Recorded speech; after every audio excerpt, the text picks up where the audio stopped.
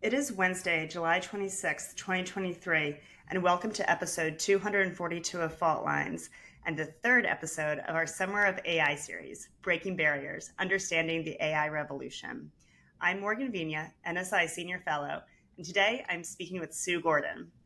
Ms. Gordon is the former Principal Deputy Director of National Intelligence at the Office of the Director of National Intelligence, where she advised the President on intelligence matters and provided operational leadership of the agencies and organizations composing the U.S. intelligence community. Ms. Gordon also served as Deputy Director of the National Geospatial Intelligence Agency and served in the CIA for 29 years. Thank you so much for joining us on Fault Lines today. I am very much looking forward to this conversation and getting up to speed with you on this issue. So today I'd like to sort of structure our conversation in two different but related buckets. Firstly, how AI affects U.S. defense and security interests when it comes to both allies and partners as well as adversaries. And then second, an assessment of the United States' deployment of AI capabilities, where we fall short, and solutions for how to address. So let's start big picture and on a positive note, because I feel AI is a lot of doom and gloom and terror these days. How can AI enhance and benefit U.S. defense and security and that of our allies and partners? Well, Morgan, great to be with you today. Great topic. It feels like AI is one of those topics that everyone says it, and we all think we know what we're talking about and speak knowledgeably about it. A couple things about AI.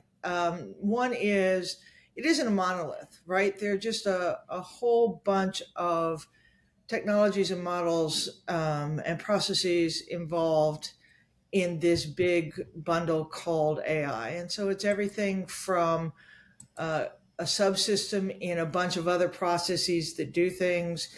It is something that can augment human activity. And then I think the future and some of the concern is around when AI can be used to create its own actions, right? So it's that whole spectrum of things. And where we are is kind of in our nascence of using AI as a subsystem, whether it's a task that speeds up known processes or something that counts things faster, puts things together. And those capabilities, maybe not widespread, are increasingly part of national security operations. Computer vision is a great example of being able to look at a lot of images and pull from those images objects and be able to act on those much faster than you can in other things. And those technologies are pretty well understood and in play. Where all the excitement now is around the kind of human augmentation things and the big large language models and the chat GPT that can actually take where someone is now and move forward with the computation doing something new from a particular starting point. And that's where all the action is right now, and all the excitement and all the work in Silicon Valley is to take these large models that can create something new from a particular point of departure, aggregating and using a bunch of data to help put it together faster and in some ways more creatively than humans are able to do it at speed. And I think when we think about that, it is not in widespread use. It's really just on the forefront, but there's a lot of excitement about what it could do in terms of both positive, let me move faster, sense faster, be aware faster of certain situations, whether that is in warfighting or in intelligence. But there's a lot of concern about that too, because we don't really understand those models as well as we might. And we worry if those models ask on data that is not assured data, that you can come up with false answers. So I think we'll come back to that, and that's where a lot of the action is right now. In terms of the acting autonomously, I think there's interest in that, but that's further out, kind of the 2001 A Space Odyssey, open the pod bay doors, decide that you're going to create chaos, decide that you're going to create your own code to do something that hadn't been thought of. I think that's a bit out more out in the future. Not too far necessarily, but it's there. So part of a subsystem, those things ought to be in use. Things that are augmenting human activity, that's where the action is now. And those things that are acting autonomously, things in the future where there's a lot of concern, but we're a bit far away kind of globally from that. So that's kind of the bin of activities that I think are the ones that are interesting from national security perspective, because they'll make our actions better, faster, stronger, have more reach, but really concerning because the chance that we won't understand them. And again, remember the difference between what the government does with new technologies and what the private sector does usually comes down to that responsibility. You want to be able to assure explainability. And so that's where the action is now, is making sure that we understand them, their limitations, what they're good at, what they're not good at, and how they can be misused. Excellent. Well, thank you for that. Now, digging in a little bit deeper, specifically, how does AI affect how the United States actually engages with other nations, specifically allies or even adversaries? Can you maybe give an example of how this would play out on both a positive side and on potentially a more challenging or malign So on the perspective? positive side, here's what I'll say is that the United States is still a nation of laws. Um, what we do and how we do it and what we allow ourselves to do and what the government allows itself to do, whether independently or with allies and partners, is governed by rules of engagement. So you still have a human framework Mm-hmm. that is responsible for saying how we will allow our autonomous systems to engage. I think there's a lot of interest right now and a lot of focus on working with our allies and partners on what the limitations and the rules and the explainability and the understandability and assurance of those systems.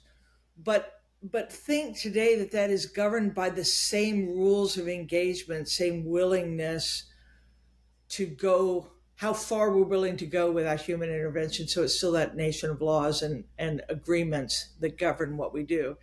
And so, in a way, the benefit is really exciting to think about, because one of the challenges that we have is just speed and coverage and reach and understanding of what's going on. And AI has a chance to improve that. The limitation is that you can come up with wrong answers, or you can create chaos or misinformation. So I think the best uses are in sensor operations, being able to understand massive amounts of data, being able to govern large fleets of small things to act together because they can talk faster at the machine level and make within reason autonomous decisions. And I think that's an exciting future. I think where we worry about that from an adversarial perspective is those same technologies deployed without the construct of a legal framework that could create some really kind of frightening effects in cyberspace and in information influence. In other words, you can create, or you can imagine the creation of massive false narratives or massive cyber attacks that can just go out there and find new ways in at a rate and speed and reach that you can't now do it. So on our side, it's being able to put things together at the speed that the world turns to create advantage in a battle space or an information space. Our worry is that ungoverned by our adversaries, it could be launched against us in ways that we don't now have the protections, the ability to distinguish that which is true from that which is false, or protect all our systems from just things that seem to be correct working into our systems, but in fact they're not. So I'm less worried about the our use than I am. I'm worried than I am about the countering our adversaries' use because I know how we'll go about it.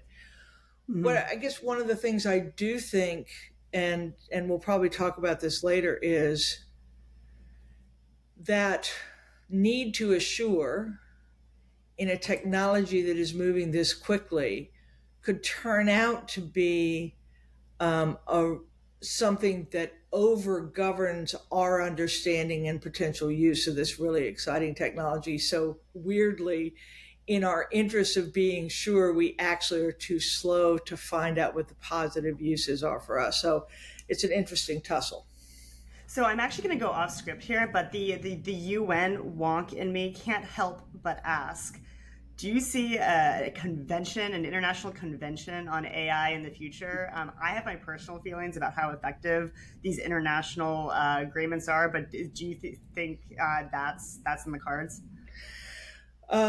UN convention, man, that'd be really hard.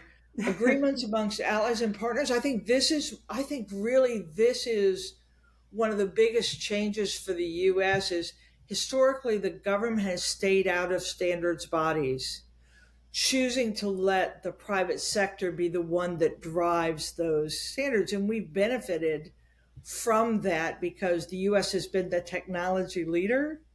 And in doing that, we tend to have the Mm. advance. I think this is one that there will have to be some governors on use.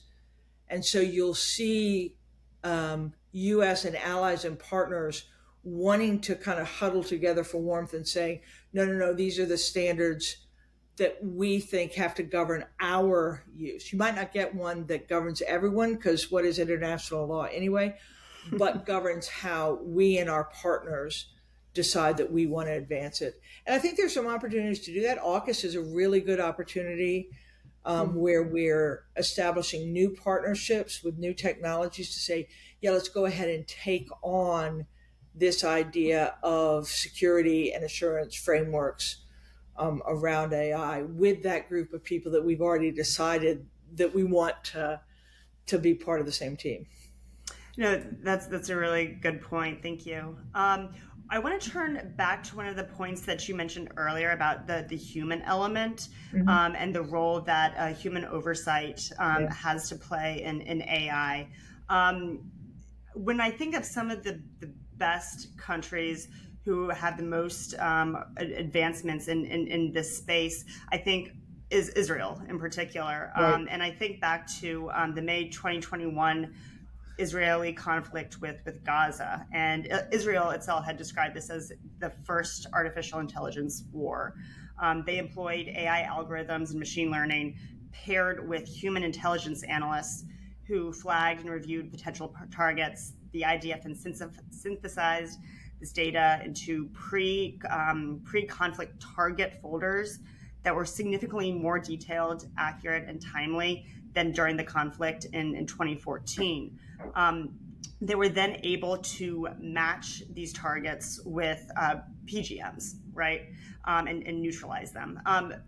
How I guess my question is, this is a very unique use of AI in the field. We haven't necessarily seen this before, and I'm wondering if you think that this human element that played an oversight role in this is essential, or do you think that in the future we're going to be getting farther away from this, and is that a concern? No, I think. Um, Listen, I don't think AI is either going to save the world or cause its end, and I think the human creativity coupled with this really exciting technology is going to be the primary determinant of use, good and bad, right? So I think your Israeli example is a perfect one. I wish I'd given it when we were talking earlier. Is exactly right. It is a task you know you have to do but you now have the ability to have a fidelity of understanding more possibilities. You can look at more possibilities. Think of some of these AI models as the best research assistant you've ever had. You can put together more possibilities at a much greater speed, and then you can decide how you want to deploy them in combination with human actions. So it isn't human in the loop in the way you think of it, action, decision, after decision, but the kind of framework you put around an activity that involves some of these technologies, I think, is a really good view of what you're going to see in near term use. I think one of the biggest challenges we have is it has its future potential of ungovernable, unexplainable, uncontrollable use makes me worried that we could want to not use it before we totally understand it. I think this is going to be a technology that we're going to have to learn how to use it as we put it into use. Right? Mm-hmm. So you already see it going on in the valley. It's what we're afraid of, that it's moving so quickly. But if the national security community that has been responsible for so many great, safe advances over time does not participate in understanding this and moving at the same rate the technology is with its kind of vision and governance, I think we could end up with a circumstance where the technology moves, the government doesn't do what the government is really good at, is saying, oh, no, we need to be able to count on it even though we do it.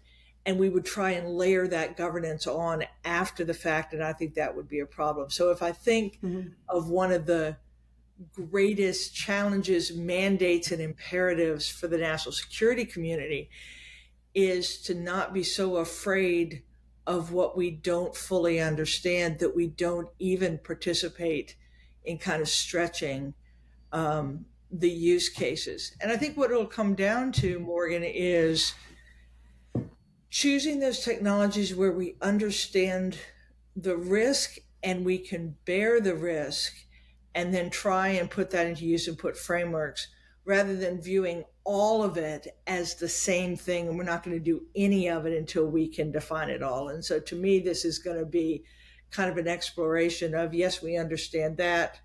We understand the data it's going to act on. We understand the framework we're going to put it in, like the Israeli case, and we can go ahead and move along. Really interesting challenge. But to me, the biggest one is, if the good guys don't participate in understanding how this is going to develop and how it can be used, it'll be like trying to make a building green after it's already built. It's really hard. Yeah.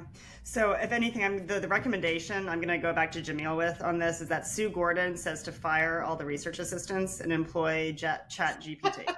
So we could probably save some money there. Absolutely not, but it's just. But I'll tell you what is these large language models are doing they're so fast and they're figuring out best fit. And when they have lots of data, those best fits get better.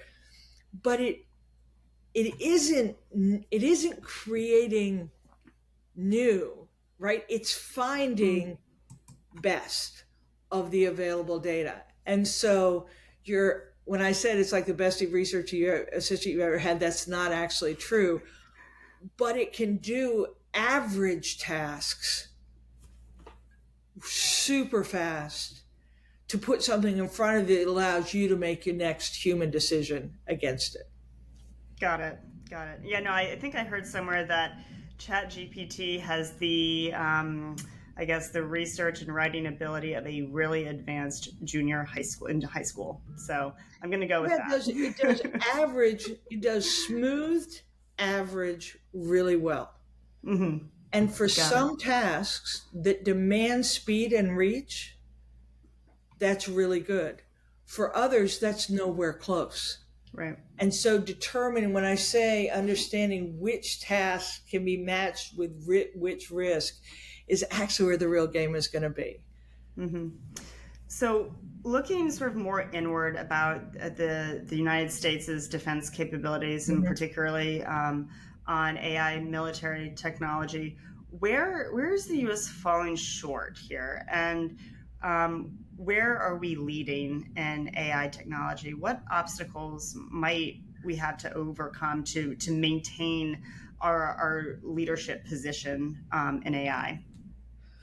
So I think a minute ago we were worried that we were really losing to China and some other uh, adversaries and competitors in AI, in part because they could be much more aggressive in the use of data, and they were probably equally good at compute, and they were really advancing with the AI capabilities right along with us. What has happened with the generative AI and the large language models that really came out of the United States is like catapulted us back into the lead. And so I think, not thinking just about the national security community, but where we are in the United States, we have this really incredible opportunity to now take this, see where we need to go, and embrace what's the energy that's coming out of our commercial and research communities, and saying, okay, now how do we want to use this? In other words, not just figuring out how we're going to hold it, but rather how we're going to use it and drive that forward. So in the abstract, the opportunity is almost resplendent in a way that we didn't think it was a year ago. That said, I think that we have the same challenges with our installed base that we have had for a long time, and that is imagining how you take what has been disproportionately physical manual processes and completely reimagine those with new technologies is still a heavy lift for us.